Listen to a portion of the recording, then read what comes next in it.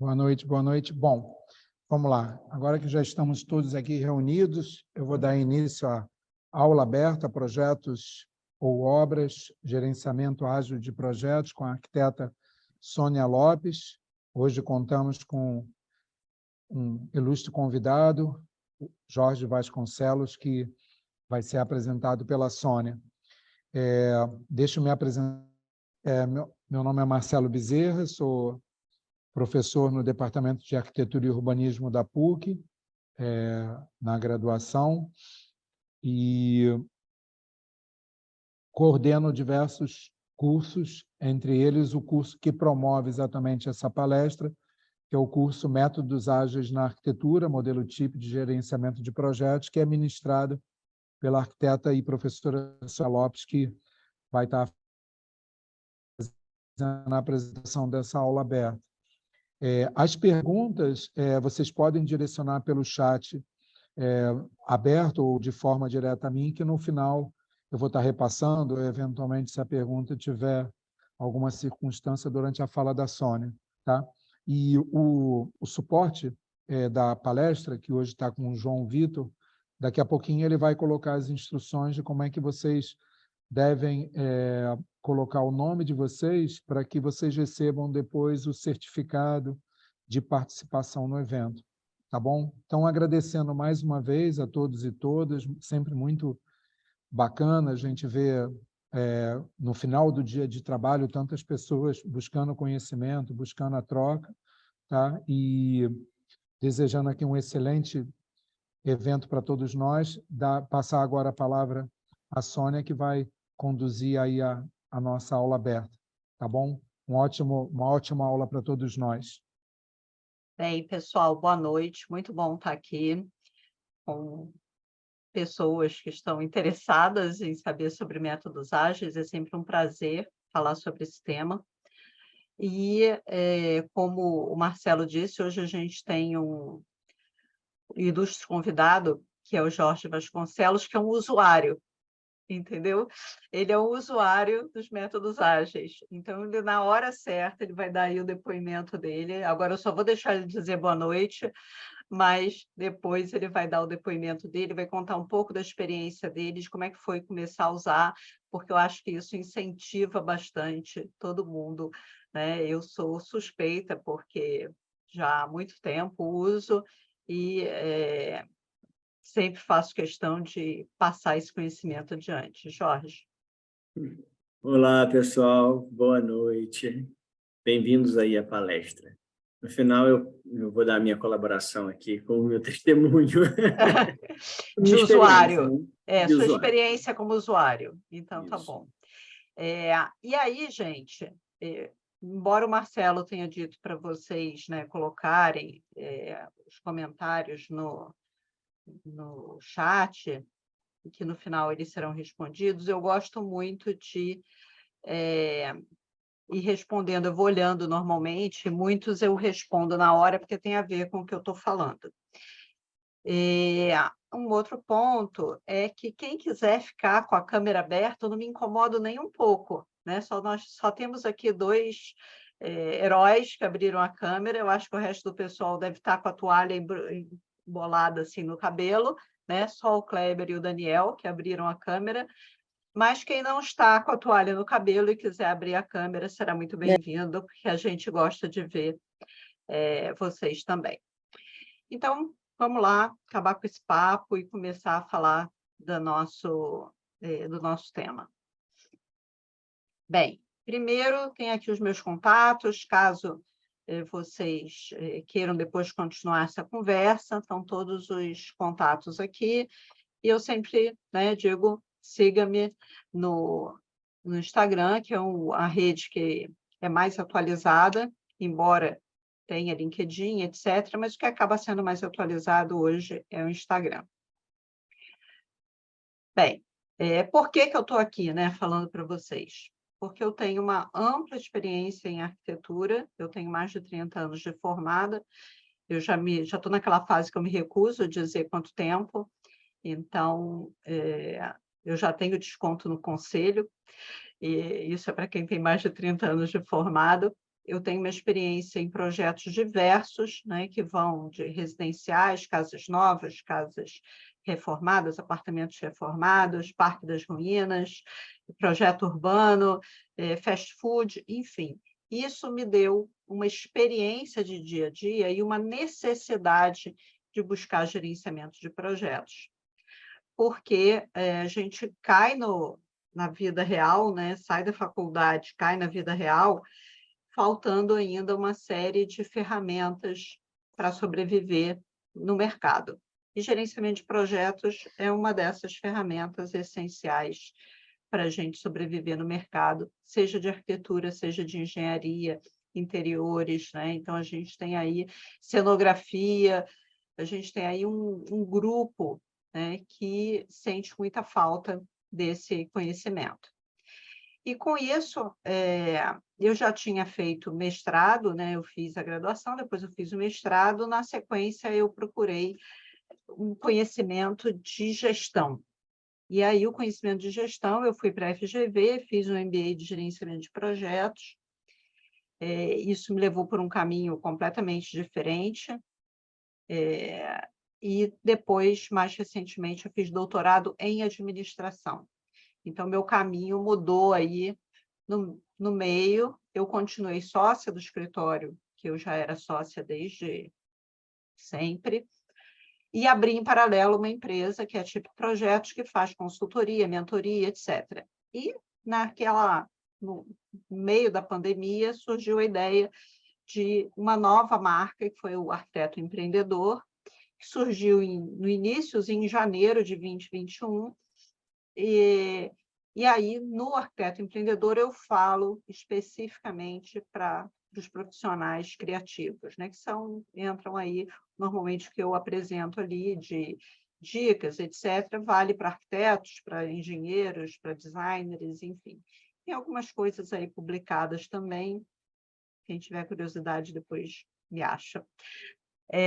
Então, vamos lá. O nosso título da palestra, né, fala em projetos, fala em obras, em métodos ágeis e em gerenciamento ágil, né? Então, quando a gente fala de projetos, por definição, projetos vai englobar o que a gente chama de projeto em língua portuguesa, que são os desenhos que são entregues, né, para o cliente, para a construção, mas também engloba uma obra. Uma obra é um projeto, né? Porque um projeto ele tem um objetivo bem definido, ele tem início e fim, e você está sempre fazendo algo que não foi feito antes. Então, por mais que a gente tenha um modelo a ser seguido, né, que toda obra é parecida, ou todo projeto design, né, todo design é parecido em relação às fases, tanto que existem normas, né,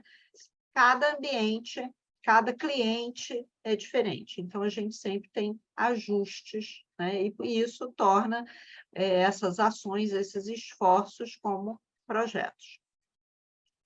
Bem, e aí não dá para a gente começar a falar sem pegar uma definição aí oficial do que é gerenciamento de projetos. Porque é muito comum as pessoas pensarem em gerenciamento de projetos, eu sofri isso durante muito tempo, né? Porque eu entrei nesse ambiente de gerenciamento de projetos em 2001, 2002, era muito comum as pessoas dizerem, gerenciamento de projetos, eu sei, aquele negócio que usa o project, né? E o project é uma ferramenta, é um software, né? E as pessoas resumem, muitas vezes, o gerenciamento de projetos a um software. E é muito comum me perguntarem que software eu uso, mas é importante a gente entender o conceito por trás do software, porque isso vai te dar autonomia em escolher o software que você considerar melhor. Dá para usar software com um projeto pequeno? Dá. Você vai precisar de um software que seja mais simples, né? Que não seja tão parrudo e até nem tão caro, né? Mas aí a gente vai comentar isso um pouco mais à frente também. Então, gerenciamento de projetos e aplicação de conhecimentos, habilidades, ferramentas, técnicas. Então, é muito mais do que simplesmente um software. E a ideia é que ele oriente todo o esforço dentro de um determinado tempo para que se chegue a um resultado pretendido. Então, dentro desse conceito de gerenciamento de projetos, a gente consegue usar os métodos ágeis para gerenciar os nossos projetos. Por que eu estou chamando a atenção disso?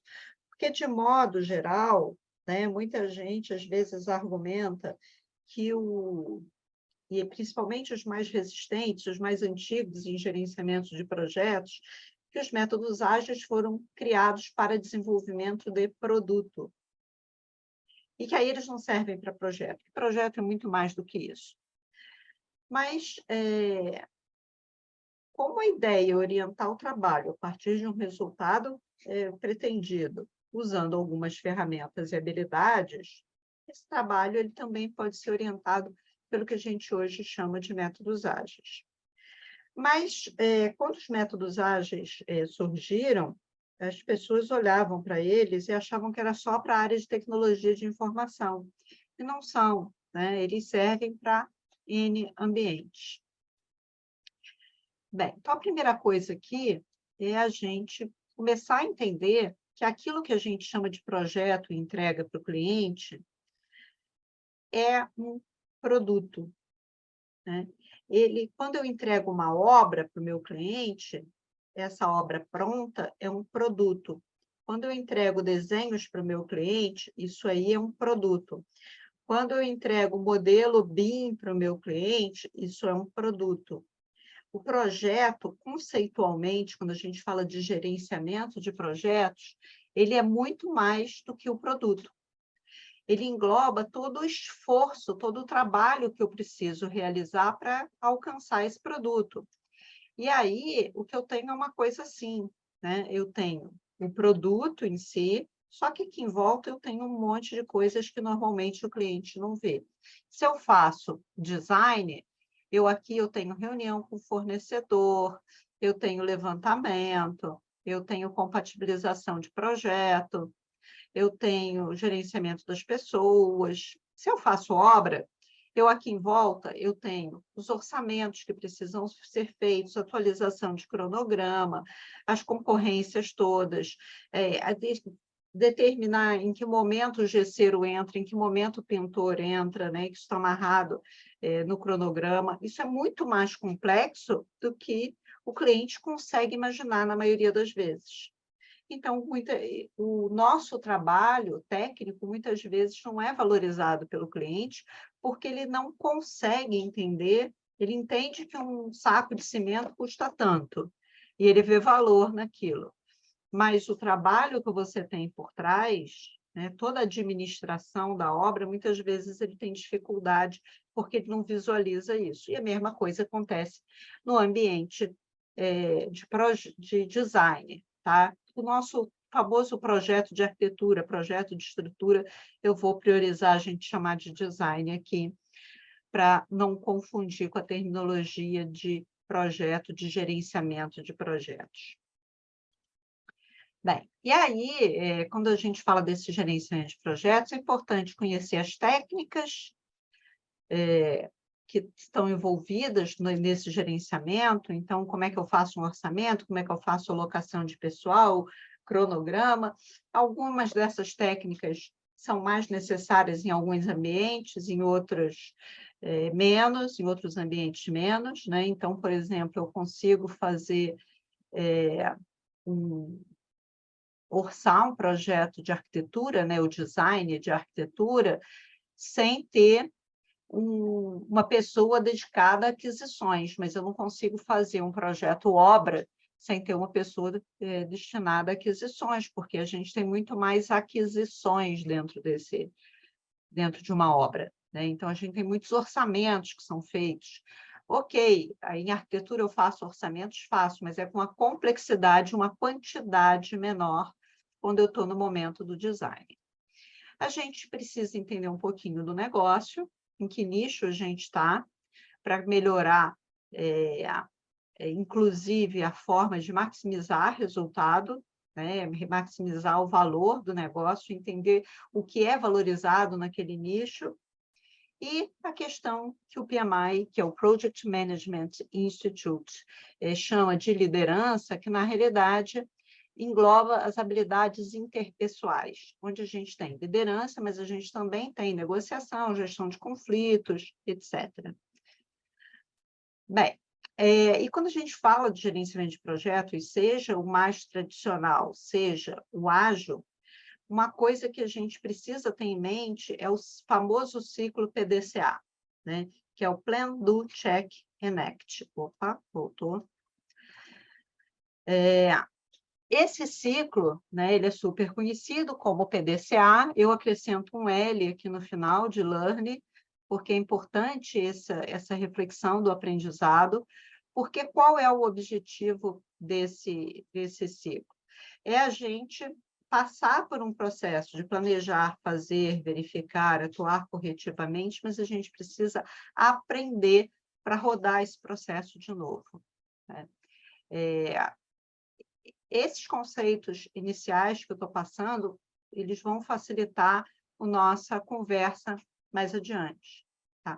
Todos os métodos, modelos de gerenciamento de projetos, eles passam por eles têm, no fundo, como se fosse uma camada mais profunda, eles têm esse PDCA, né? Então, sejam os métodos tradicionais, sejam os métodos ágeis, a gente sempre tem essa camada. Por quê? Porque você atua durante um ciclo, aprende e melhora o processo no ciclo seguinte. É como se a gente estivesse numa espiral ascendente. E por que os métodos ágeis foram esse boom, né? Estão sendo ainda? Porque o que tinha, a única coisa que se falava antes eram os métodos em cascata, né? Que eram os métodos com um ciclo de vida preditivo. O que é o ciclo de vida preditivo?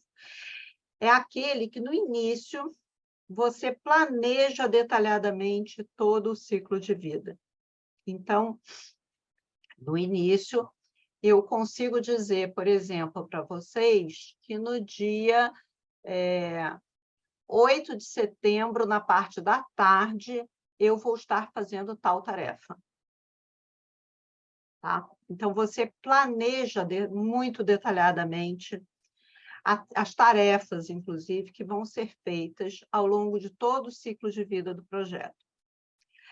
Bem, quando você está trabalhando com criação, isso é bem difícil, né? Porque você, quando começa, né, se a gente pensar no design, seja de arquitetura, seja o design de produto, de interiores, a gente, nesse momento que o cliente te contrata, você não tem detalhes do que você vai fazer, né? Ele quer uma casa, você ainda não sabe se é uma casa, né? Quando você fecha o contrato, você ainda não sabe exatamente como vai ser essa casa, se é de esquadria, de madeira, se não é.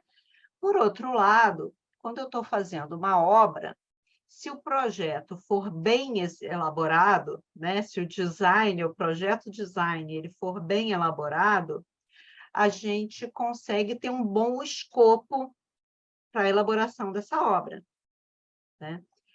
Mas o que eu tenho percebido, né, sem falar mal dos meus colegas arquitetos, é que muitas vezes esse projeto ele chega, né, esse de projeto design, ele chega na obra sem estar tão completo assim, né? Seja porque o arquiteto ainda é inexperiente, seja porque você está fazendo uma reforma e você precisa começar a quebrar para entender o que tem ali, então você ainda tem alguns detalhes que vão ser feitos, seja porque o cliente pagou pouco e aí o arquiteto entregou pouco, porque o cliente disse que não precisava de um projeto design muito detalhado. Então, muitas vezes, também a obra recebe um escopo que não está tão definido assim, ele não está tão completo assim, né? A gente precisa, sim, melhorar esse escopo, mas muitas vezes o cliente compra uma coisa que ele diz, não preciso de todos esses detalhes, não. E depois isso vai para a mão da construtora e a construtora tem alguma dificuldade, né, de fazer o ciclo de vida preditivo perfeito. E existe o ciclo de vida adaptativo, que é o ciclo de vida dos métodos ágeis, que trabalha com mais incertezas do que no ciclo de vida preditivo. Então, quando eu tenho maior disponibilidade, eu tenho maior predisposição para trabalhar com o que é adaptativo, né, com o que é ajustável ao longo do processo, isso facilita, porque eu não tenho ali uma coisa tão engessada. Mas, isso aqui para mostrar para vocês que a gente tinha uma coisa que muitos chamam de tradicional, e aí surgiu uma outra coisa como disruptiva, né? A vida do preditivo é perfeita? Não. A vida do adaptativo é perfeita? Não. Né? Então, a que conclusão a gente chega nisso? Que eu tenho muita coisa boa no preditivo, que a gente pode e deve trazer, eu tenho muita coisa boa no adaptativo, que a gente pode e deve trazer. Uma grande falha que a gente tinha no preditivo, né, que o preditivo sempre incentivou os métodos, né, criados a partir desses conceitos, eles incentivavam tanto a criação de um planejamento muito detalhado, um planejamento muito organizadinho, um plano de projeto muito detalhado, que muitas vezes as pessoas faziam esse plano e elas tinham dificuldade em monitorar isso. E o monitoramento durante a execução é chave para você ter sucesso. Se eu não tenho esse monitoramento, eu esqueço esse planejamento na gaveta, com certeza esse projeto ele não vai ser um sucesso. Tá?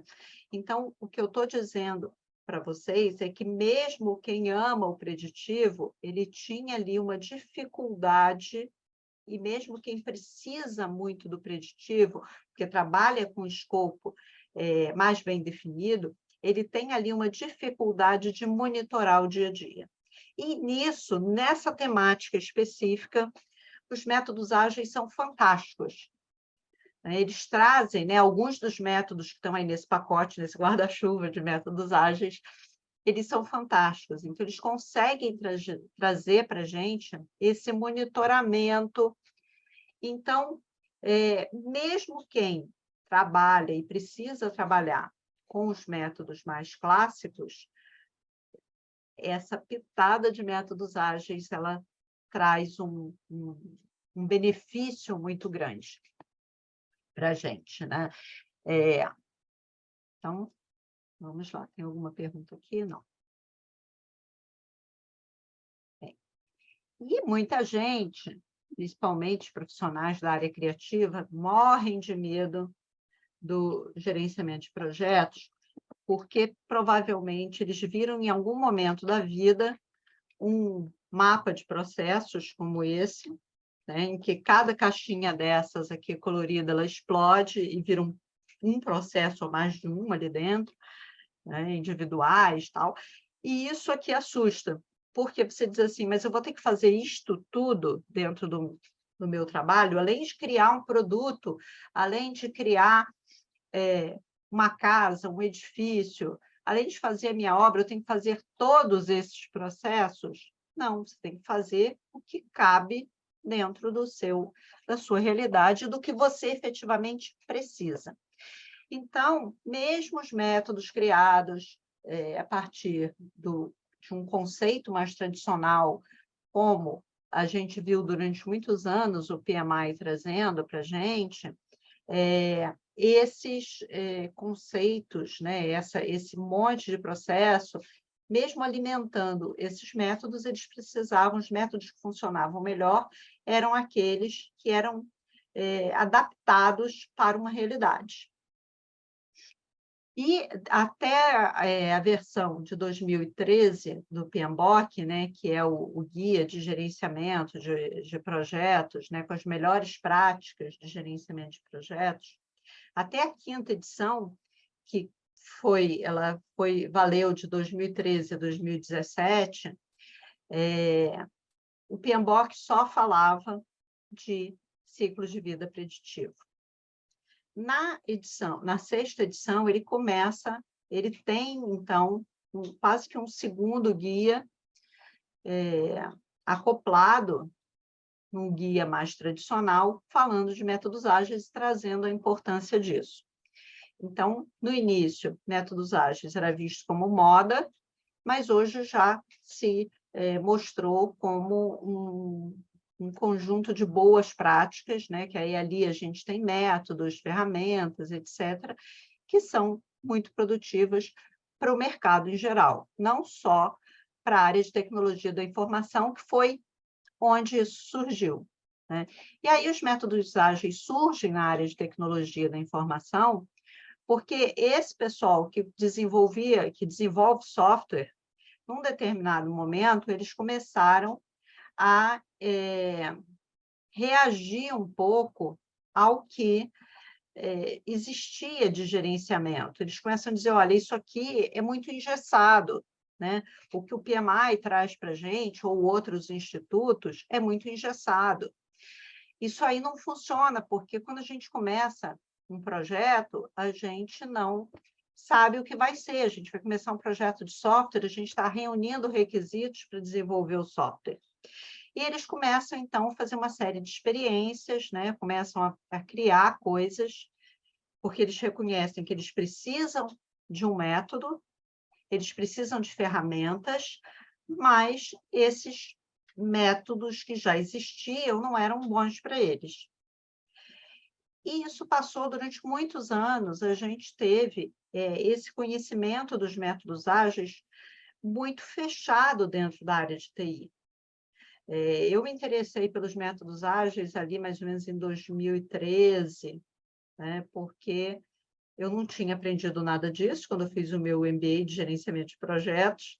Eu só aprendi o método tradicional, tive dificuldade de levar para o meu escritório, porque era um escritório pequeno, e aí você vê aquele monte de processo, o que eu faço com isso tudo, como é que eu pego isso tudo e levo para o meu dia a dia, né? Como é que eu vou fazer essas adaptações, como é que isso vai funcionar. Então, mesmo fazendo um MBA de 1 ano e meio, numa instituição de qualidade, etc., eu tive dificuldade, porque não é uma coisa assim de fácil, né? É uma coisa que você precisa parar e fazer um trabalho em cima disso.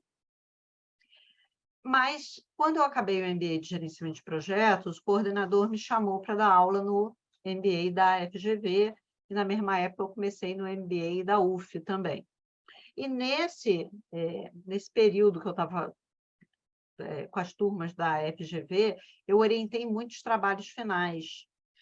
E os alunos começaram a trazer como tema de trabalho final métodos ágeis. E aí eu fui estudar aquele negócio. Isso começou a aparecer nos trabalhos ali no 2012. 2013 eu comecei a fazer cursos, ler por conta própria, fazer cursos de métodos ágeis, mas era uma época que era super fechado em TI. Tanto que eu chegava para fazer numa turma, né, tudo presencial, velhos e bons tempos do presencial, eu chegava para fazer um curso, eu estava numa turma só de TI. Né? Os exemplos eram todos de TI. Quando eu fiz o meu curso de Scrum, o exemplo era, eu tive que fazer um aplicativo, né? Porque a turma era toda de TI, só eu que era de fora. Né? E aí as pessoas ainda perguntavam, mas você é arquiteta de quê? De que sistema? De que tipo de sistema? Né? E eu dizia, não, gente, eu faço casa, eu faço casinha, eu sou arquiteto urbanista. Né? Porque ninguém conseguia entender. Mas o que você está fazendo aqui? Era a pergunta seguinte, né? O que você está fazendo aqui? Como assim métodos ágeis é para a nossa área, para o nosso nicho de mercado? Né? E aí eu dizia, eu desconfio que isso é para todo mundo, não é só para TI, não. E foi o que eu consegui comprovar depois. e apresentei o case num evento de Scrum, né, como um case de uso de Scrum fora da área de tecnologia da informação. E a sala lotou, porque eles não conseguiam imaginar, né, como assim tem um louco querendo usar isso fora da área de TI? Né? Como assim essa pessoa está se apropriando, né, disso que é nosso? Bem, mas hoje todo mundo usa, a gente hoje escuta falar em empresa ágil, RH ágil, né? Então, hoje, né, 10 anos depois de eu ter me interessado, a gente realmente começa a ter todo mundo muito mais aberto para usar métodos ágeis. Bem, e os métodos ágeis, eles são flexíveis, né? A palavra ágil aí, ela não foi escolhida pensando em ser rápido. Foi escolhida pensando na adaptabilidade, na leveza, na flexibilidade. Então, quando a gente fala dos métodos ágeis, a gente está falando de um movimento, né? Então, eu consigo adaptar melhor o meu planejamento, eu consigo ajustar melhor o meu planejamento, porque eu estou monitorando com mais frequência, né? Eu estou tendo um acompanhamento maior e não necessariamente gastando mais tempo para esse acompanhamento, muito pelo contrário. Então, muitas vezes, a gente consegue o ágil no sentido de rápido, porque a gente está tendo menos retrabalho. A gente está fazendo os ajustes de forma mais rápida. Bem, e aí aquilo que eu tinha dito para vocês, né? O tal do PDCA, ele vai estar por trás tanto do preditivo quanto do adaptativo. E aí, a grande solução, que eu acho que atende muito bem a maioria dos casos, mesmo aqueles em que você tem um escopo muito bem definido, são os famosos modelos híbridos, né? Que ele traz o melhor que você tem, as melhores práticas preditivas e as melhores práticas adaptativas. Então, eu tenho uma mescla, né, dos dois mundos. E aí o arquiteto, né, ou o engenheiro, ou o designer de interiores, como é que ele entra nisso, né? Será que dá para ele usar isso? Sim, dá. Eu, depois que me interessei em pesquisar, em estudar esse ambiente, eu desenvolvi um método, né? Eu tinha sofrido muitos anos sem gerenciamento de projetos, então a ideia foi construir algo que fosse mais simples de ser usado, que fosse mais intuitivo, que fosse mais visual e que não impedisse o arquiteto de ser criativo. E o que eu fiz foi criar um modelo, né, que eu chamo de modelo TIP, que ele traz alguns ingredientes daquele método mais tradicional, que continua, que ele é válido, que ele existe, que alguns nichos de mercado precisam dele, mas ele traz muito dos métodos ágeis. Bem, e aí como é que ele está estruturado? Ele está estruturado em 4 módulos. A gente tem um primeiro módulo, que é a iniciação, depois o planejamento, o desenvolvimento do produto e encerramento. Aqui a gente já começa a quebrar um paradigma, que é o seguinte: antes de fechar um negócio, eu preciso entender que esse negócio, eu já tenho que pensar no gerenciamento do projeto. Eu não posso pensar no gerenciamento de projeto e nos itens importantes para o gerenciamento de um projeto só depois que eu estou contratado. Eu preciso começar a pensar nisso antes, porque isso vai me ajudar a fazer uma boa proposta comercial. Isso vai me ajudar a fazer uma boa venda desse projeto. E aí, quando o cliente procura o profissional, a gente está aqui. Toda essa iniciação que acontece aqui é o período de venda do projeto.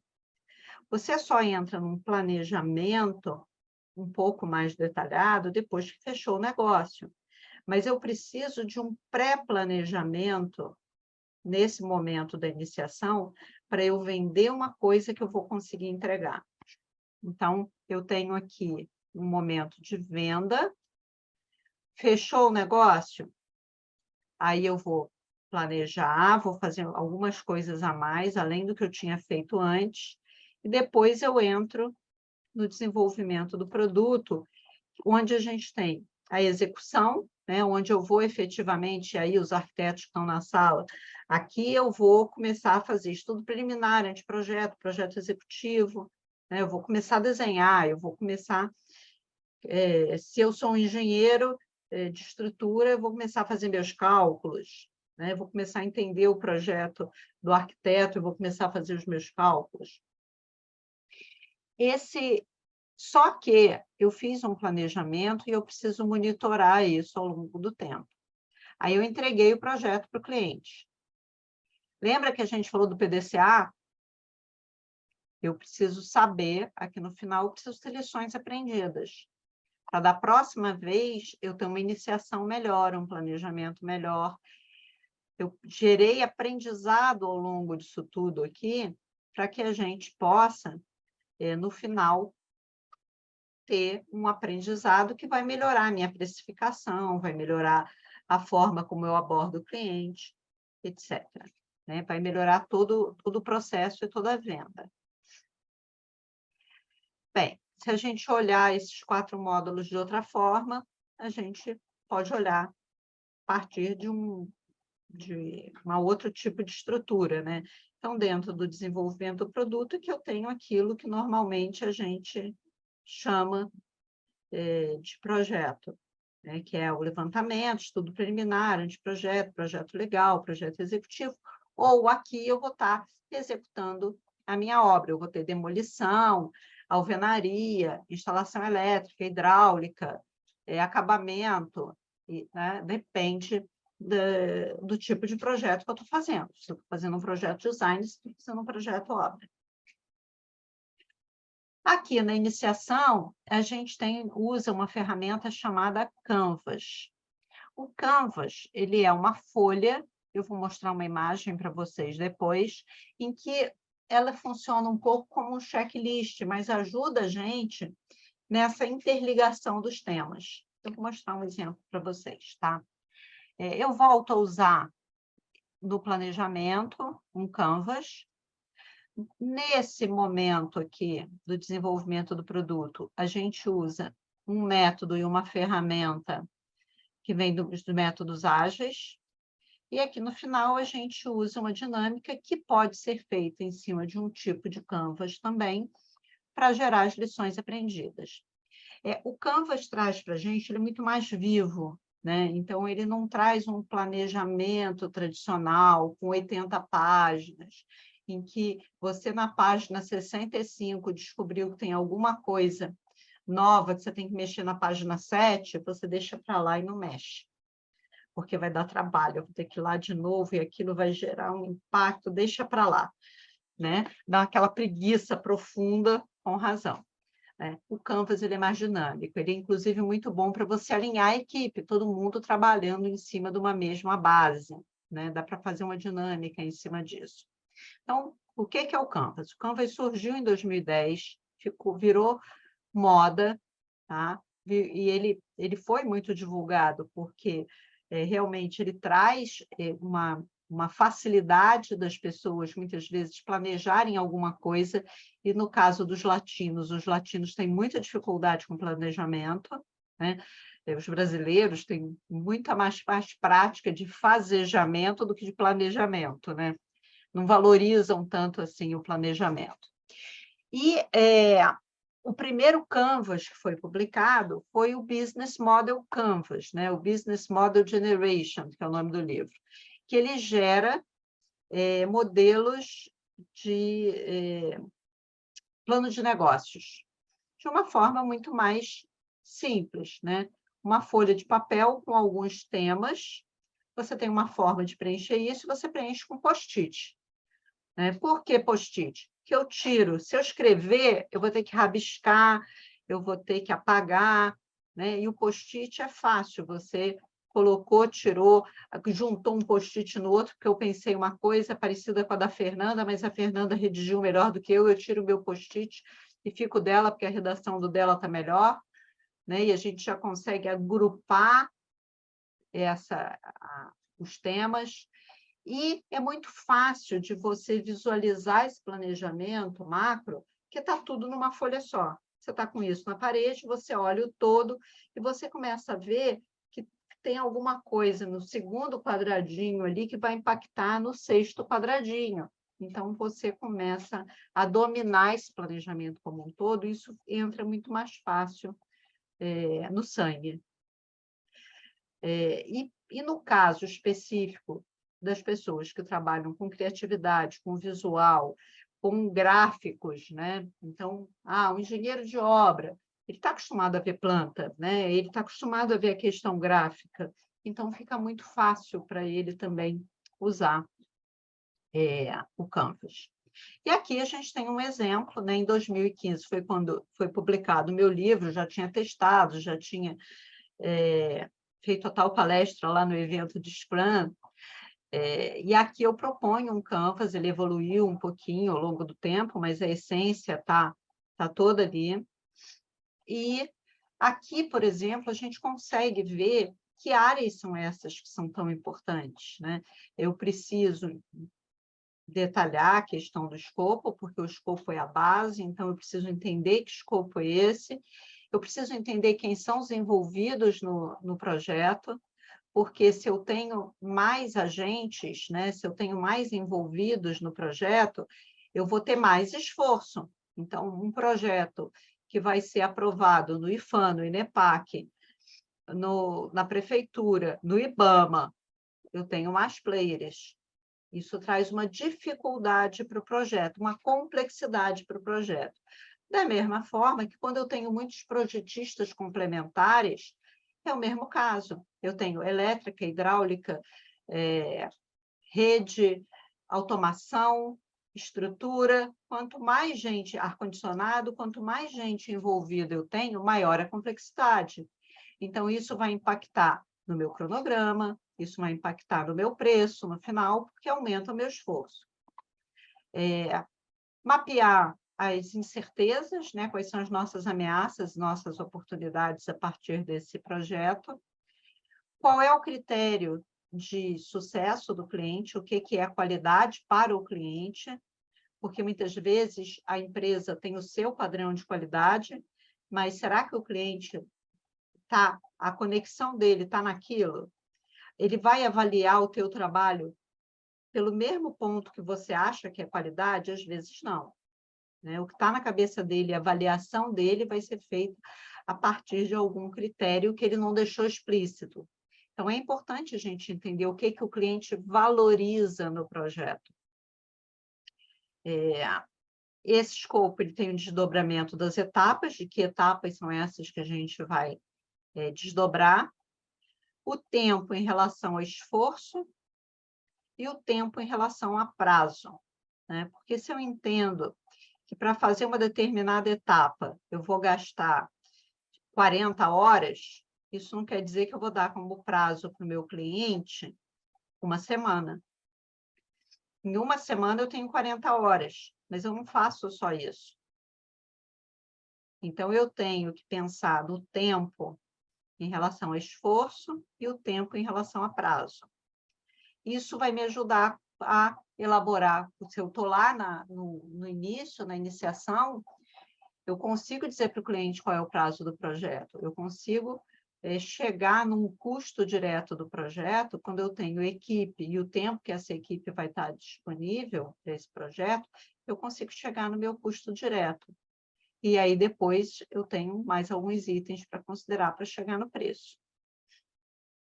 Mas se eu parto disso aqui, é muito mais fácil eu chegar num preço de projeto justo e eu consigo defender esse preço para o meu cliente muito mais do que se eu tivesse simplesmente pegando uma tabela dessas mágicas, né? Que diz, uma tabela mágica que diz R$50 por metro quadrado, R$300 por metro quadrado. Né? Eu estava com uma mentoranda há um tempo aí atrás, e ela chegou para mim e falou assim, essa semana eu fiz uma proposta nova, foi logo tipo o segundo encontro da mentoria. Fiz uma proposta nova para uma cozinha e cobrei R$300 o metro quadrado. O que você acha? Eu falei, eu não acho nada. Eu não acho absolutamente nada. Eu não sei qual é a sua composição de custo, eu não sei quantas horas você vai gastar, eu não sei qual é a metragem dessa cozinha. Então, eu não sei quantos detalhes você vai fazer, se você vai entregar um projeto detalhado, se você vai entregar um projeto de marcenaria, se vai ser uma cozinha planejada. Tem muito ingrediente aí que não está, já que a gente está falando de cozinha, né? Tem muito ingrediente aí que não está mapeado. A gente precisa olhar isso de uma outra forma, de uma forma mais completa. Porque como é que você defende para o cliente R$300 por metro quadrado? Eu não sei defender isso. Eu sei defender o trabalho que eu vou fazer, a complexidade daquele trabalho. Mas um número mágico que eu não sei de onde vem, né? Bem, vamos seguir.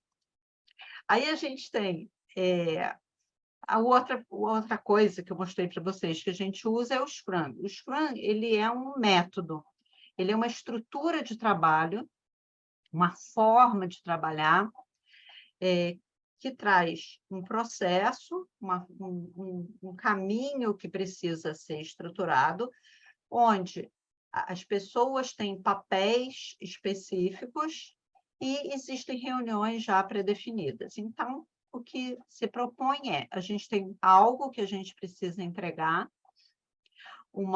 que é um estoque de coisas, eu sei tudo que eu preciso fazer, todas as tarefas que eu preciso fazer para que o meu objetivo seja atingido. Eu planejo o que dá para fazer num sprint. Sprint é um time box, é um período de tempo combinado, que pode ir pelo método Scrum, ele pode ir de uma semana a um mês. O método sugere esse período. Eu acho um mês para arquitetura ou para obra um prazo muito longo. Eu sempre sugiro que trabalhe com uma semana. Depois que você estiver arrasando no método, se quiser trabalhar com quinzenal, ok. Mas eu acho que já acontece bastante coisa que requer aqueles ajustes, né? Lembrando que o método é adaptativo. A gente planeja a semana, e aí eu vou começar a falar de semana para vocês, que é um ciclo de trabalho, né? Um tempo em que acontecem as coisas, e aí esse ciclo ele se repete, né? Os elementos ali eles se repetem. Então, no início do ciclo, que é no início da sprint, no início da semana, a gente planeja o que vai fazer e prioriza o que é importante que seja feito, em que ordem de prioridade. A gente, a partir disso, tem checkpoints diários, que no momento presencial, e isso ainda é defendido por muitos times, são reuniões feitas de pé, para que as pessoas sejam objetivas, fiquem desconfortáveis e sejam objetivas, que a ideia dessa reunião é uma reunião de andamento, de monitoramento. Então, a ideia é 15 minutos a gente repassa, né, quais foram as atividades. Eu vou perguntar, e aí, Gabriela, o que você fez de ontem até hoje? O que se planeja fazer até amanhã? O que pode dar errado? Gabriela falou. E aí, Antônio, o que você fez de ontem até hoje? O que você pretende fazer até amanhã? E o que pode dar errado? Passou, o Fernando reportou. E aí, Fernanda, o que você fez de ontem até hoje? Ok? São 3 perguntinhas que precisam ser respondidas. Para quê? Para quem está naquele...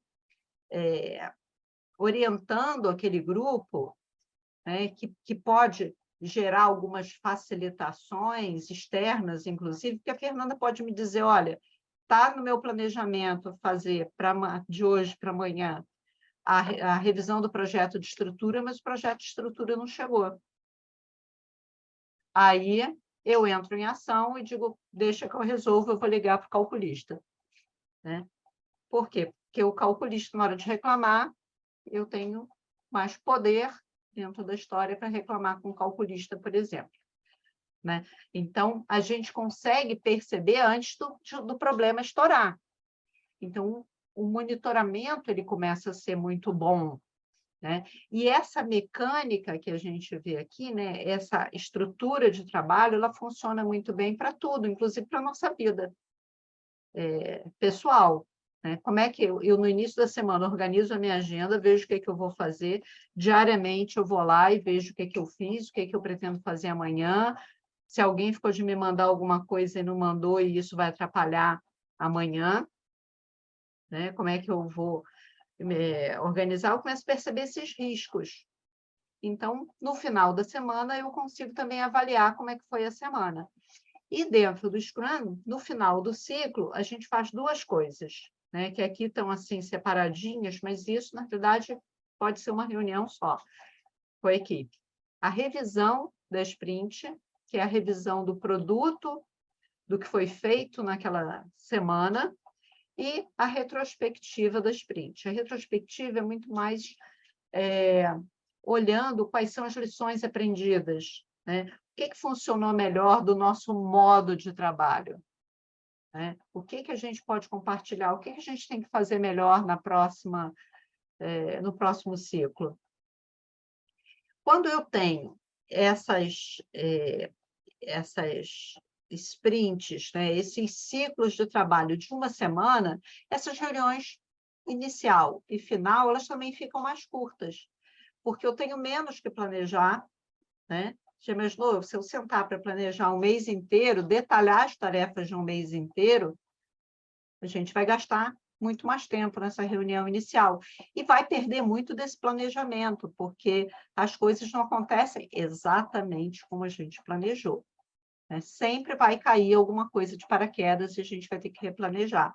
Sendo que, num horizonte mais curto, eu tenho mais controle sobre esse planejamento, né? Eu não preciso mexer tanto no que a gente está prevendo. Bem, aí aqui, né, a gente diz, planejar sprint, eu vou planejar tudo que a gente vai fazer nessa semana e vou priorizar. Dentro do Scrum, a gente pode fazer isso e cada um anotar no seu caderninho.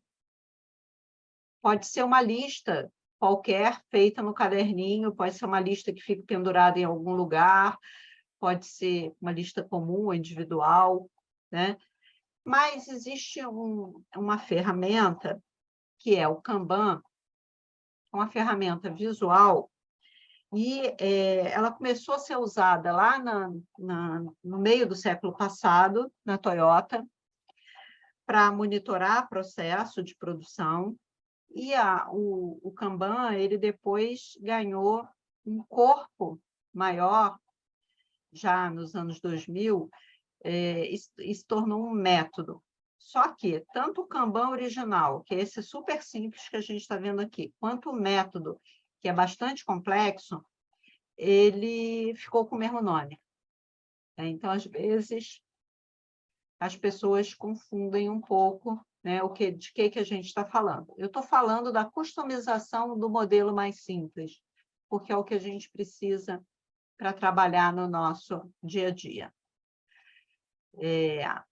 O ideal é que o Kanban represente um processo, né? Então, a coisa mais simples que a gente tem, que todo mundo já viu isso, né, que é o famoso a fazer, fazendo e feito. Só que isso, no nosso dia a dia profissional, é muito pouco, a gente pode melhorar isso. E aí tem um modelinho que eu sugiro, né, que a gente pode organizar os projetos, as tarefas priorizadas para aquele ciclo. Então, o que a gente vai fazer esta semana, né? Hoje é terça-feira, o que a gente vai fazer até terça-feira que vem? Que tarefas são essas? Que ordem de prioridade? Por quê? Acaba com aquela história de alguém cruzar o braço do teu lado e dizer assim, acabei a tarefa, o que eu faço agora? Todo mundo sabe o que tem para fazer, né? Então, simplesmente cruzar o bracinho e dizer o que eu faço agora, acabou. A gente combinou no início do ciclo, acabou a sua tarefa, anda lá com o seu post-it no quadro e pega a tarefa seguinte. Então, a gente tem projeto, tarefa em ordem de importância, o que está em andamento, em verificação pela pessoa que fez a tarefa, uma verificação final pelo gestor ou por um par, porque esse gestor, né, ou um par, quando eu digo um par, que alguém tem a mesma qualificação que você, mas que ele não está com aquele olhar cansado, né, daquela verificação, porque tem horas que a gente já não enxerga mais nada, né? Você passou tantas vezes por ali que você não percebe que o rodapé está mal pintado. Você olhou tanto para aquele desenho que você não percebe que está faltando a cota, né? Então, uma outra pessoa com um olhar fresco, né, vai conseguir fazer uma revisão melhor. E aí, finalmente, vem para o feito. E como é que a gente usa isso? O método mais usado, né, e mais difundido é o famoso cartão. Então, você tem lá um post-it, um cartão, você pode ter, tem quadros especiais em que você encaixa o cartão, mas hoje a gente tem um monte de software. Qual é o problema do software? Normalmente, a gente não consegue ver o quadro inteiro. Seja no computador, e aí, quando você olha no computador, se você tem uma tela grande, até facilita, mas a gente sofre a tentação de usar no celular, e esse uso no celular, você não consegue ver o andamento do quadro, né? Você não tem esse movimento de que as tarefas que estavam aqui priorizadas, elas caminharam, né? No celular, isso é muito mais difícil de ver.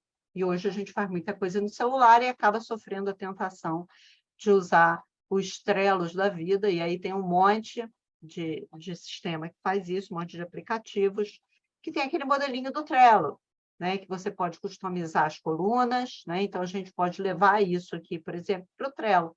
Pode. A gente pode levar para um software melhorzinho, né? Para um Monday, para um ClickUp, né? Que já tem aí um pouco mais de recursos para a gente também. Mas a gente tem, por trás disso, um fluxo que eu vou customizar o que for melhor para a minha equipe. E agora a gente vai passar, então, para os casos, né? O que eu fiz? Eu passei aí para vocês um pouco do que é essa teoria, para a gente conseguir entender os casos, né? Eu vou mostrar um caso de escritório de arquitetura. Na verdade, o de projeto de arquitetura, ele é um mix. Eu trouxe situações de diversos escritórios. E depois a gente vai ter um caso de obra. Alguém perguntou, o Canvas que se refere é o mesmo para montar plano de negócios? Foi a Tainá que perguntou. A ideia do Canvas, né, a ideia de Canvas, de ter uma folha com determinados tópicos e você preencher com post-it, essa ideia começou com o Canvas de modelo de negócio. Mas hoje a gente tem Canvas variados para diversos usos. E eu criei um para projeto de arquitetura. Até, quando eu entro, por exemplo, para fazer, que é genérico para projeto de arquitetura, tá? Eu entro num escritório específico para implantar, eu sempre valido se aquele é o melhor Canvas para aquele escritório de arquitetura especificamente. Porque, às vezes, tem alguma especificidade e a gente faz um ajuste. A grande vantagem do Canvas, do Kanban, é que eles são adaptáveis, muito facilmente adaptáveis. A gente não fica engessado naquele modelinho, né? Eu posso customizar para a minha realidade. Então, eu começo a usar e digo, estou sentindo falta de um espaço aqui para tal coisa. Eu simplesmente redesenho, né? Então, por exemplo, eu estava conversando com um escritório na semana passada, e aí eles disseram assim, mandar fazer um quadro impresso em silk, não sei o quê. Aí eu falei, gente, menos. Vamos fazer uma coisa? Vamos pegar uma folha de papel. Se vocês fizerem bonitinha, faz plotada. Vai ficar mais bonitinha, plotagem. Gruda na parede. Funcionou. É esse o quadro que a gente quer? É esse o quadro que está funcionando? Não está sobrando coluna, nem faltando coluna? Aí a gente manda fazer um quadro com vidro, com silk, com não sei o quê, com o que vocês quiserem, folheado a ouro. Mas vamos rodar primeiro? Né? A gente tem que ter um pouco esse espírito quando a gente está falando de métodos ágeis. Né? A gente precisa ter essa... Eles permitem isso para a gente. Né? A minha semana de 10 vai ser de 10 dias, meu ciclo vai ser de 10 dias, porque funciona melhor. Ok, se para você funciona melhor, o método permite isso. Eu acho que esse é o grande barato, né? É a gente conseguir fazer essas adaptações. Deixa eu ver se tem mais alguma pergunta. Onde conseguimos esse modelo de Kanban? Ou você deu print na tela, ou o meu site está fora do ar, que teve um ataque. Antigamente você poderia baixar no meu site, mas não está mais disponível porque o site está com problema. Mas você pode fazer o curso. Quem fizer o curso recebe todos os modelos prontos, plotáveis. Mas você pode ter dado print na tela também. Eu uso e é maravilhoso, a Sara colocou aqui. No caso do Kanban, as tarefas em aberto já seriam direcionadas a um responsável da equipe? Pode ser direcionada ou não. A gente vai ver aqui um exemplo que é direcionado. Mas ele pode ser liberado também. E todo aquele grupo tem capacidade para fazer aquilo? Todo grupo participou da discussão no início? Simplesmente, se todo mundo participou do planejamento da sprint, todo mundo sabe o que tem que fazer e cada um pega a tarefa seguinte, dentro daquela priorização. Então, vamos lá. Primeiro caso, falando pelos cotovelos, né? O Jorge já está me olhando feio, porque aí não vai ter tempo dele falar muito. Então, vamos lá. Mas aqui, para a gente começar um trabalho de gerenciamento de projetos, é importante a gente entender o processo. Esse é o primeiro passo. Então, aqui eu trouxe um exemplo bem simplificado, mas isso pode ser detalhado até a gente chegar em atividades. Normalmente, esse tipo de desenho é o primeiro. Isso aqui foi feito para um escritório recentemente e para as casas. Eles fazem também urbanismo. O fluxo deles de urbanismo é bem diferente desse. Tem etapas específicas. Né? Mas num residencial, um primeiro plano como esse é interessante. Para a equipe estar toda na mesma vibe, para o cliente entender quais são as aprovações, para isso estar claro, todo mundo precisa, para ter autonomia dentro da equipe, as pessoas escolherem as suas tarefas, etc., as pessoas precisam ter muito claro em que etapa a gente está, como é que está caminhando esse projeto. E aí eu trago, então, alguns casos de arquitetura. Isso aqui é o Jorge, que vocês vão ouvir falar daqui a pouco. Eu implementei no escritório do Jorge, na época ele ainda fazia também projeto de arquitetura, hoje ele faz basicamente obra, né? Ele faz só obra, tem a vida fácil, né? Ele só faz obra, né? Que é onde a gente tem maior concentração de problemas, né? Mas isso aqui foi quando a gente estava trabalhando lá, essa implantação foi de 2016. Então, ele conheceu em 2016, o Canvas tinha esse desenhinho aí, né? Ele agora está com um desenho mais moderno, né? Está amarelão, está sem esses redondinhos, ele se modernizou esteticamente. Isso aqui foi uma implementação no ano passado, já trabalhando com versão online, né? Aqui, a ideia de criar o Canvas para eles completarem online a gente fez de uma forma, num desses sistemas que você vai colocando post-it, mas o gerente desse escritório, ele é muito organizado em termos de tudo muito organizadinho, bonitinho, né? Ele tem toque no nível bem de arquiteto, e aí depois ele passou a limpo o Canvas. Normalmente a gente não passa limpo o Canvas, é para deixar ele bagunçado mesmo, porque a ideia é que ele seja vivo, né? Então é muito mais fácil quando você tem cada coisa num post-it. Isso aqui é um Kanban. Vocês estão vendo que tem umas bandeirinhas coloridas coladas nesses post-its? Essas bandeirinhas coloridas aqui é porque isso precisa da ação específica de uma pessoa. Então, aqui, por exemplo, quem cuida desse primeiro projeto, cada post-it grande desses roxo é um projeto diferente, tá? E aí tem umas linhas aqui bem clarinhas no papel para fazer a divisão entre um projeto e outro. E aqui a gente tem, então, as tarefas escritas nos post-its menores. Então, esse primeiro post-it que a gente tem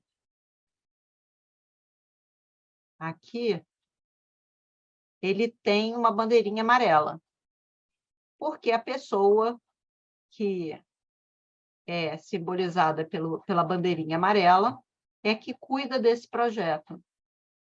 Só que essa pessoa está precisando de uma reunião com a pessoa do roxinho. Tem uns post-its roxinhos aqui, tá vendo? Aqui atrás também tem um post-it roxinho. Isso aqui são sinalizações visuais para que a dona do escritório, que é esse post-it pequeno roxinho, quando ela olha para o quadro, ela sabe que tem algumas tarefas aqui que dependem dela. Que se ela não for lá conversar com o arquiteto que está responsável ou com o estagiário, a tarefa não vai ficar pronta, né? Então, esses post-its roxos soltos aqui, eles são pedidos de socorro.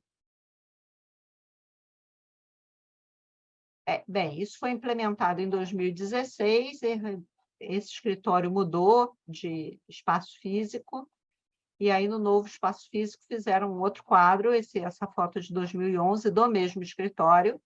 Aqui a gente tem aqui em cima uma legenda, né? As bandeirinhas lá, cada bandeirinha tem um nome, porque é uma pessoa específica, e aí a gente tem aqui as atividades, o projeto de quem é, né? Então, esse projeto aqui, ele é da pessoa azul e da pessoa laranja. Esse aqui é da pessoa verde.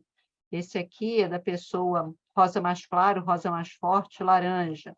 E as bandeirinhas roxas continuam, né? São as bandeirinhas de pedido de socorro aqui da dona do escritório, pedindo socorro da dona do escritório. A gente pode fazer num sistema? Pode. Aqui, por exemplo, a gente tem um ClickUp, que é um software que eu gosto muito. No pós-pandemia, eu implantei em 2 lugares diferentes, 2 escritórios de arquitetura, e aqui a gente fez a customização das colunas, né? Isso aqui foi um pedaço do manual, não é a customização final, mas um pedaço do manual que eu tinha montado para eles, com os exemplos. E aí a gente consegue ter aqui, né, também um quadro que todo mundo acessa. E no software, né, você também tem as bandeirinhas, né? Você tem aqui as pessoas para quem está determinada aquela tarefa, né? Ou se não tiver bandeirinha, na realidade, no software, isso vai chamar rótulo, e aí você vai ter também esse andamento aqui das tarefas. Bem, e aí o Jorge já conhecia esse método, ele usava na parte de projetos da empresa dele. Eu tinha tentado usar numa obra, e aí em obra eu falei, a obra vai cair o post-it, vai ser complicado, vamos usar um sistema. E aí tentamos usar o Kanban no Trello e não funcionou.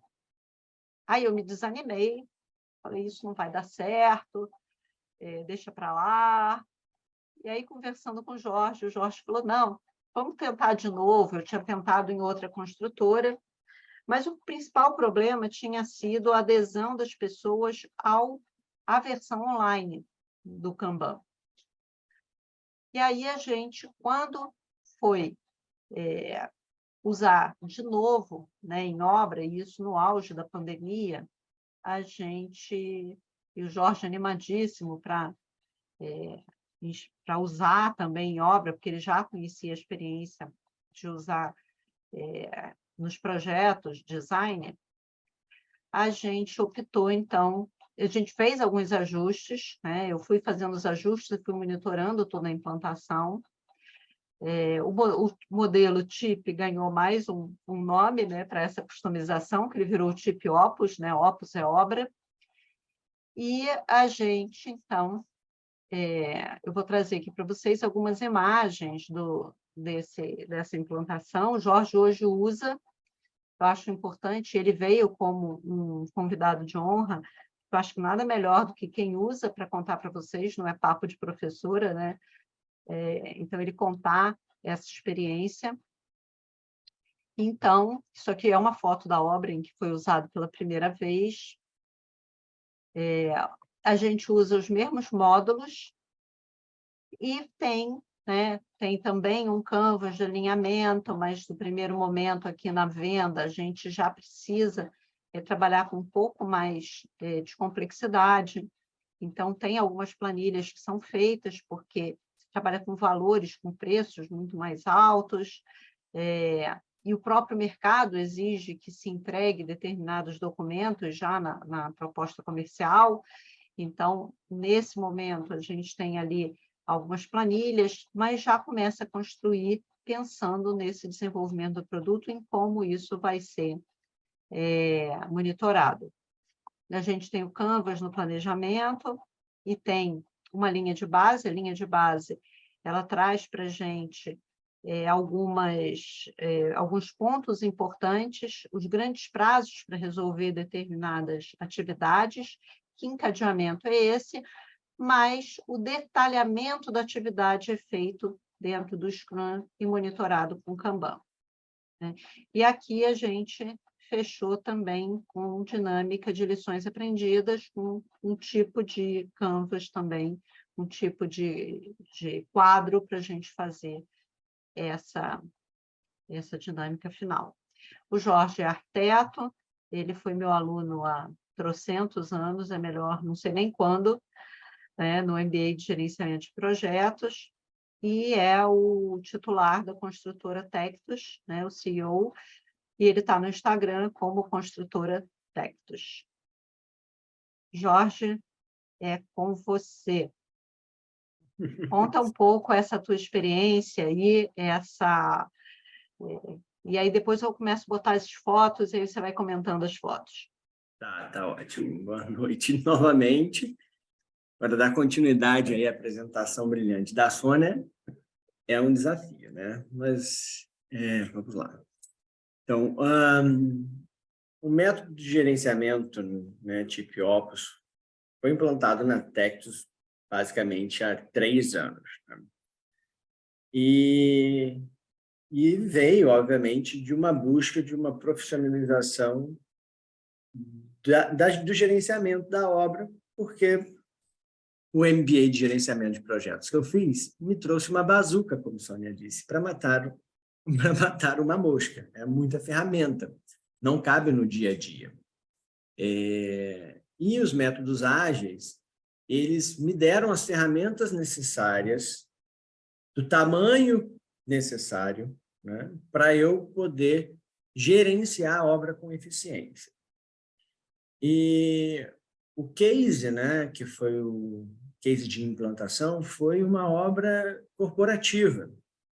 Então, o perfil de uma obra corporativa é um perfil desafiador em prazo, né? Ou seja, o planejamento da obra e a execução, ela tem que ser muito ajustada.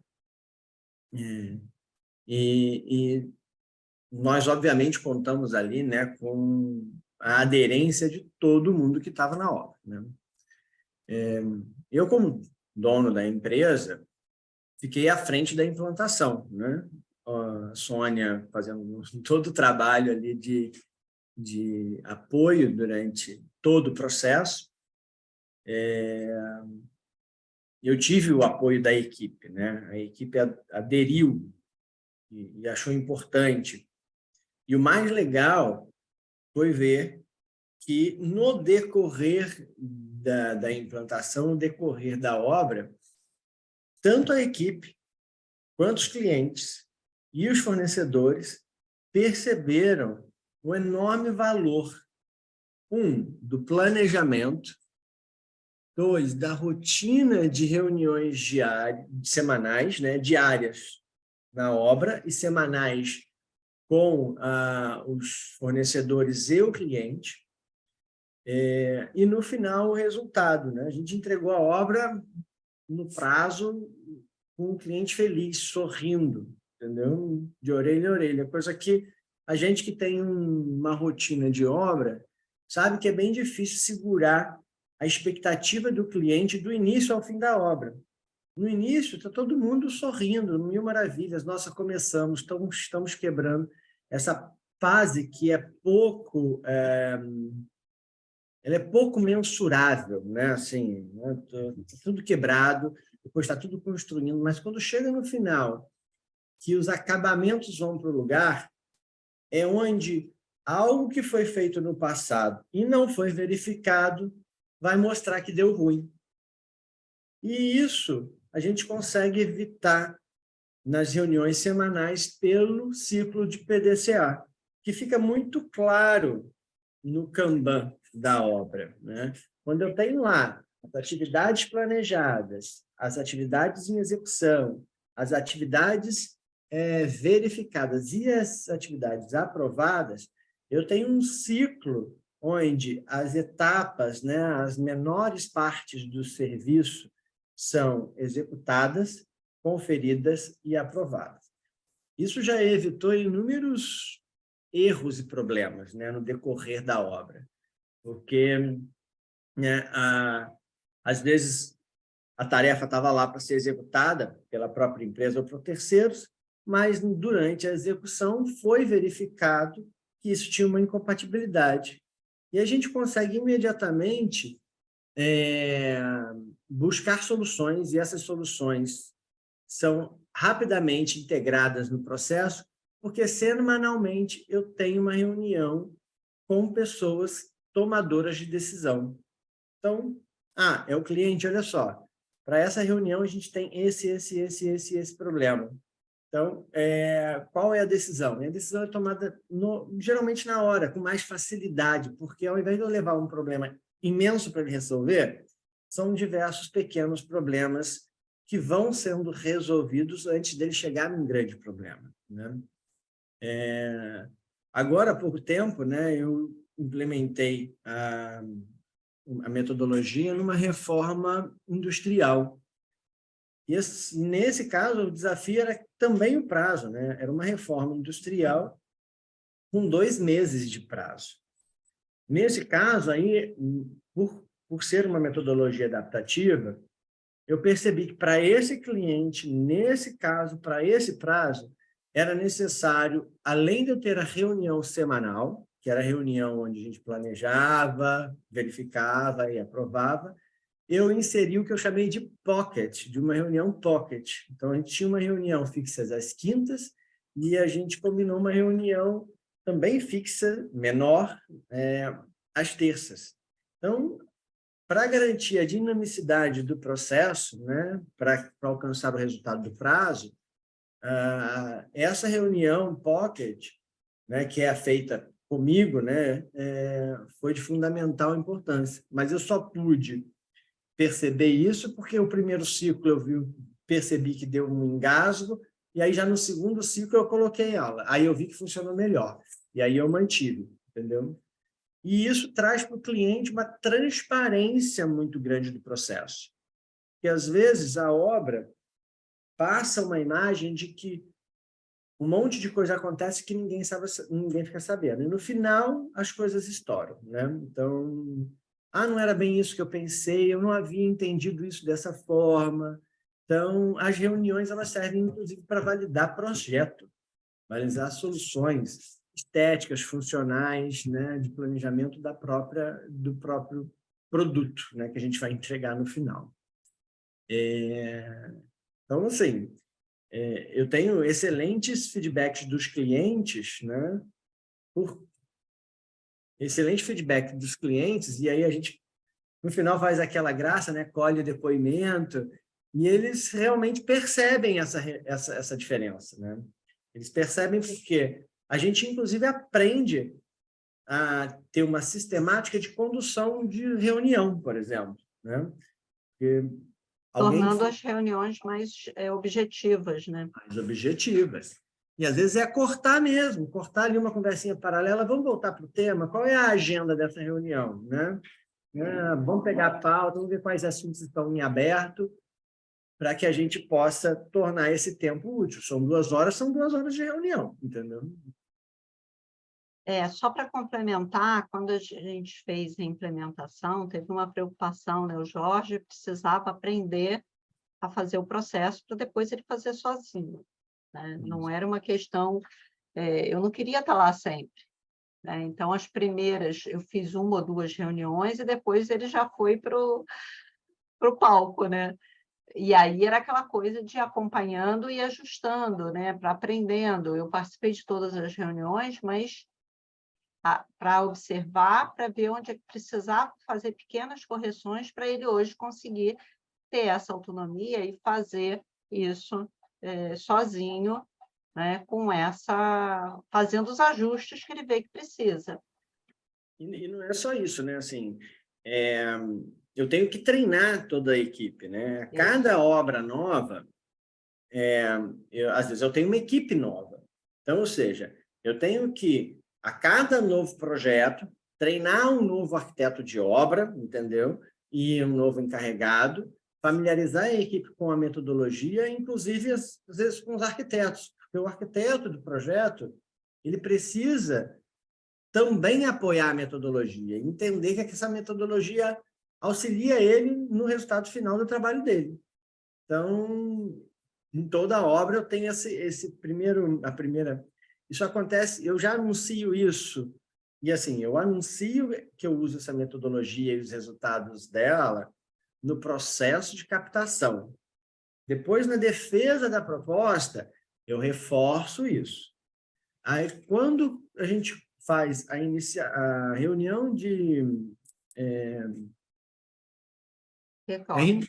kickoff, a primeira reunião, eu já explico novamente um pouquinho mais detalhado como vai acontecer, e na primeira reunião, né, a primeira reunião de planejamento, quando a gente vai estar começando a obra, eu apresento o quadro físico, né, impressos, post-its, e olha, vai funcionar assim, assim, assim, assim, a gente vai trabalhar dessa forma com esse quadro, tem esses campos, eles significam isso, para que os clientes também entendam a responsabilidade deles face o processo.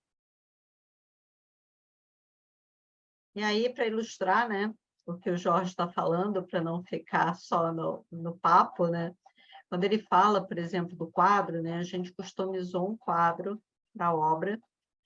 Aqui a gente tem, cada equipe tinha uma cor diferente.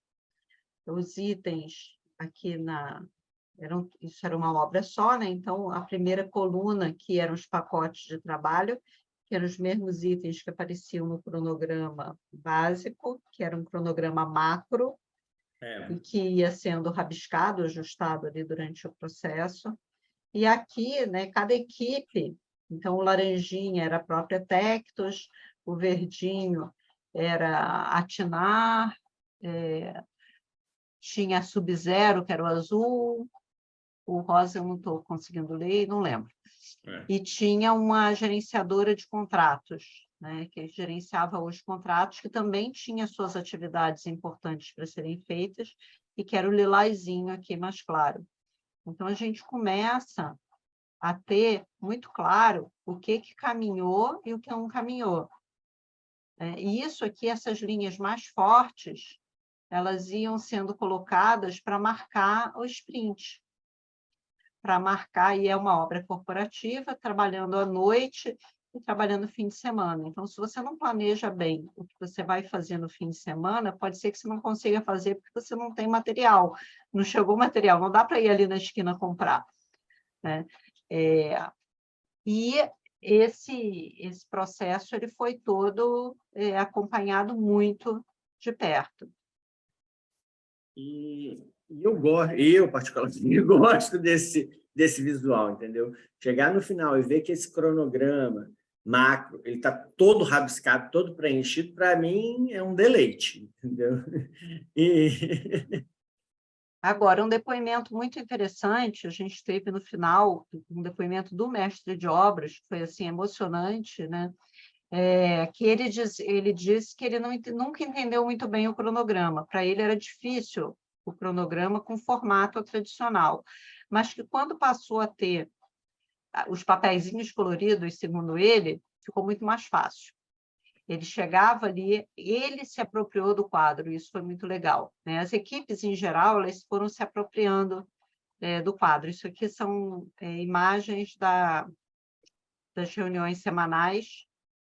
Esse quadro, né, e o Kanban e o cronograma, eles ficavam presos umas tábuas, né, nos compensados, porque na obra, uma obra de sala comercial, você acaba mudando o que é o escritório da obra várias vezes. Então, o quadro ia junto, né? Pega a placa e leva para outra sala, porque a gente agora não está mais aqui, a gente está ali.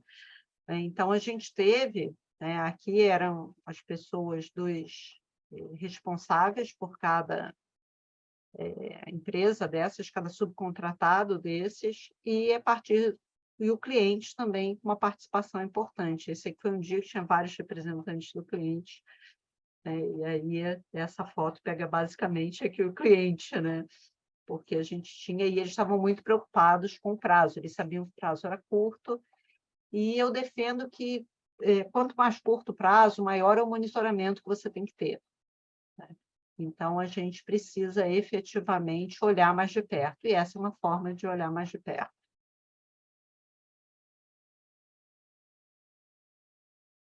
Aqui a gente tem essa... Esqueci o nome dela, gente, deu branco.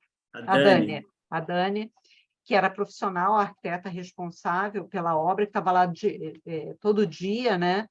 E ela fazia pequenas reuniões, que eram aquelas reuniões que eu falei, o que você fez de ontem até hoje? O que você vai fazer até amanhã? O que vai dar errado? Ela fazia isso isoladamente com cada equipe, porque as equipes nem sempre estavam disponíveis naquele momento, né? Para fazer todo mundo junto. Então, ela fazia isso, ia monitorando e ia fazendo ajuste do quadro. Esse é o mestre de obras, né, que deu o depoimento no final. Aqui, a equipe de ar-condicionado usando sozinha o quadro, sem ninguém mandar, né? Era um horário que eles estavam usando o quadro, porque isso, a Dani passou, viu a foto, viu eles lá olhando o quadro, tirou uma foto e mandou para mim, porque era interessante a gente acompanhar se eles estavam usando o quadro por obrigação nas reuniões ou se eles tinham abraçado, se eles tinham sido engajados realmente no processo. E assim, é engraçado porque... Não é engraçado, é curioso e legal, porque depois dessa obra, né, um ano depois, eu fiz uma outra obra corporativa em que o marceneiro ele ficou tão encantado com a metodologia que ele adotou a metodologia na marcenaria dele. A marcenaria dele cresceu e ele não teve esse problema de crescer. Isso você não tinha me contado. Eu vou pedir para ele te mandar foto, entendeu? Marcenaria Vigor. Isso aqui foram algumas... a gente tem foto de 3 reuniões de lições aprendidas, né? Isso. A gente fez a primeira online e a gente usou um tipo de Kanban, né, de gráfico ali para ir colando os post-its. Essa daqui foi uma reunião interna, praticamente, era do pessoal que estava mais envolvido com o método, até para preparar melhor essas pessoas, né? Que aí entrou o Jorge, a Dani, que era a arquiteta residente e a gerenciadora de contratos. Ela entrou, foi uma reunião menor para a gente olhar a questão do método e eles estarem mais bem preparados também para essa para a reunião, digamos que realmente todo mundo ia estar envolvido, de todas as empresas. E aí, quem pode usar o métodos ágeis, né? Você. Todos vocês podem. Não é só para iniciados em tecnologia da informação que podem usar os métodos ágeis, né? Todos nós podemos, né? Eu deixei pouco tempo para o Jorge falar, mas eu acho que era importante ele falar essa experiência dele, né? Porque nada melhor de quem está usando no dia a dia para trazer esse resultado aí para a gente. Hoje, né? Só passar mais um aqui. Para saber mais, tem o nosso curso que está aberto e vocês podem se inscrever, mas o Marcelo depois também vai falar um pouquinho sobre isso. Quando a gente olha para essas experiências, né, eu fico muito feliz de ver, por exemplo, hoje a Tectus hoje não vende mais um tijolo em cima do outro. Né? Eu digo que as construtoras normalmente vendem um tijolo em cima do outro. A Tectus hoje vende um método. E eu acho que isso é um grande diferencial no mercado, né? A gente tem que buscar o nosso diferencial. E esse tem sido um diferencial, e o cliente reconhece no final do processo que isso fez diferença. E quando a gente usa em projeto de arquitetura, muitas vezes o cliente ele não consegue perceber que a gente está usando um quadro especial, que a gente tem um método especial ali por trás, mas na obra isso fica muito visível. Né? E as pessoas normalmente já chegam na obra dizendo a obra não entrega no prazo, obra é isso, obra só tem dor de cabeça. E, na realidade, a gente acaba tendo aí depoimentos bem interessantes. Jorge, quer completar alguma coisa que eu não deixei você falar? Não, imagina, eu falei a beça. Perguntas, pessoal? O Pois que é, tinha pergunta. aqui no chat eu já respondi.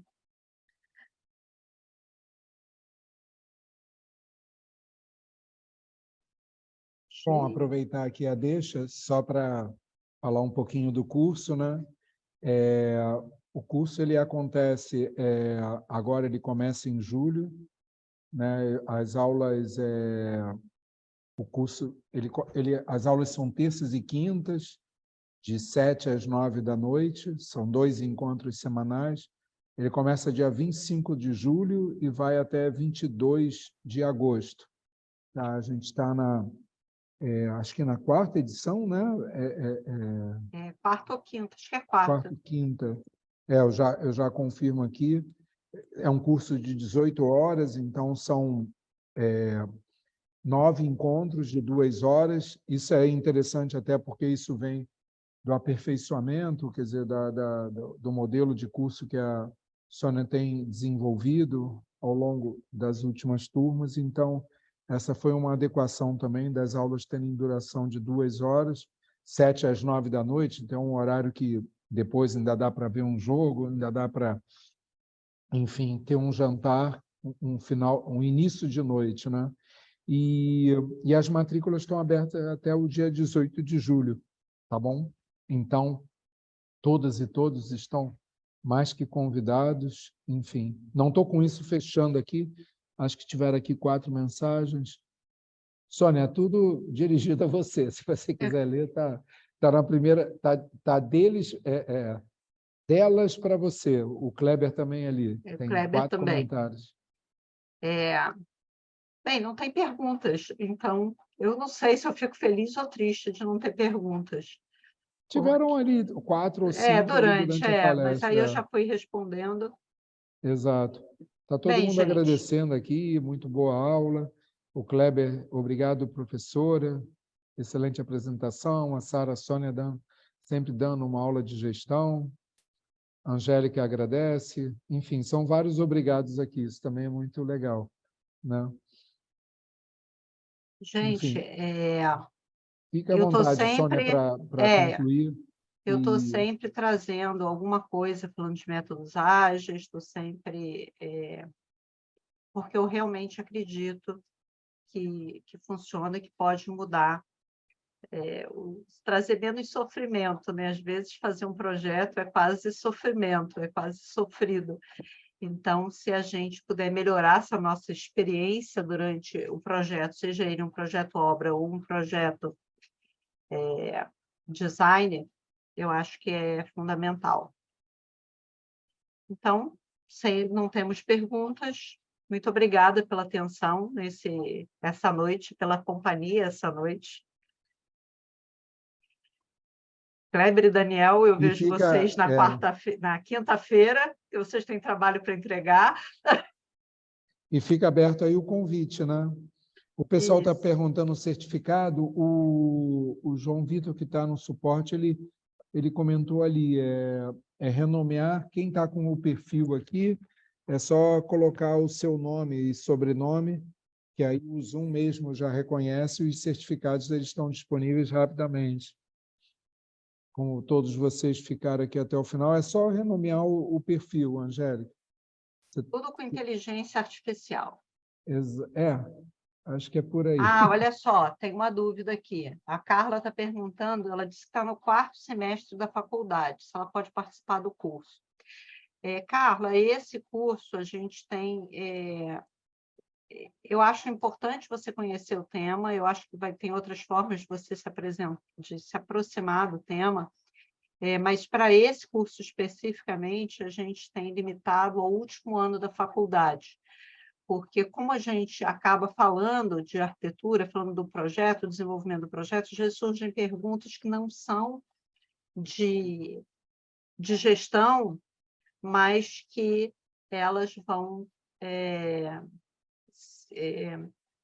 atrapalhar o andamento do curso, entendeu? Agora, o IAB, que é o Instituto de Arquitetos do Brasil, eu costumo fazer no IAB-RJ só para estudantes.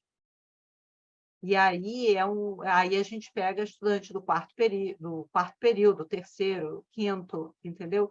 Porque eu consigo responder melhor as perguntas que vocês têm nessa etapa, sem ter o profissional junto, achando chato que ele já sabe daquilo. Então, a gente tem, se tiver demanda suficiente aqui na PUC, o Marcelo abre uma turma só para estudantes, que é o meu sonho, sabe, gente? Porque eu acho que o estudante tinha que começar a aprender isso lá no meio da faculdade, e não depois de formado. Então, se tiver gente suficiente, o Marcelo, de repente, abre uma turma aí só para estudante. Eu acho ótimo. Se tiver, estou dentro. Combinado. Fica a dica, Marcelo. Com certeza. Pessoal, já estamos aqui com um tempinho legal de aula aberta. Queria agradecer muito a todos e todas. Tá? Foi muito legal contar com tanta gente aqui. E fica aberto aí o convite, tá bom? O nosso curso da Sônia, enfim, que obviamente engloba muita coisa. O que ela falou hoje, muito mais, fica aí o convite com condições aberto. de me interromper e fazer pergunta, né? No curso a gente tem uma interação muito maior. Exato. Tá bom? Boa noite aí para todos e todas. As instruções estão aí do certificado e foi muito bom dividir aí esse tempo com vocês. Parabéns, Sônia. Obrigado, muito obrigado, Jorge, pela tua participação. Que seja a primeira aí de muitas. Tá bom? Tchau, tchau. Boa noite a todos. Boa noite.